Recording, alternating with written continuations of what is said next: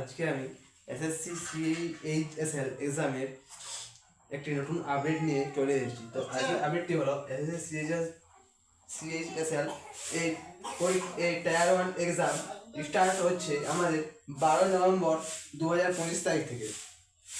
এই যে নতুন নিয়ম, সেই নতুন নিয়মটি হলো ফর্ম ফিল আপের সময় সবাই পোর্টালে এক্সাম সিট চয়েস দিয়েছিলেন, কিন্তু এইবারে নতুন নিয়ম অনুযায়ী নিজের এক্সাম সিটি, এক্সাম ডেট এবং পরীক্ষার সিট নিজের পোর্টালে গিয়ে নিজেই দিতে পারবে। পোর্টালে 22 অক্টোবর তারিখ থেকে 28 অক্টোবর তারিখের মধ্যে নিজের এক্সাম ডে, নিজের এক্সাম সিট এবং নিজের এক্সাম সিটি সিলেক্ট করতে হবে। অর্থাৎ যারা যারা এসএসসি সিএইচএসএল এক্সামে ফর্ম ফিল আপ করেছিলে তারা অবশ্যই পোর্টালে গিয়ে 22 তারিখ থেকে 28 তারিখের মধ্যে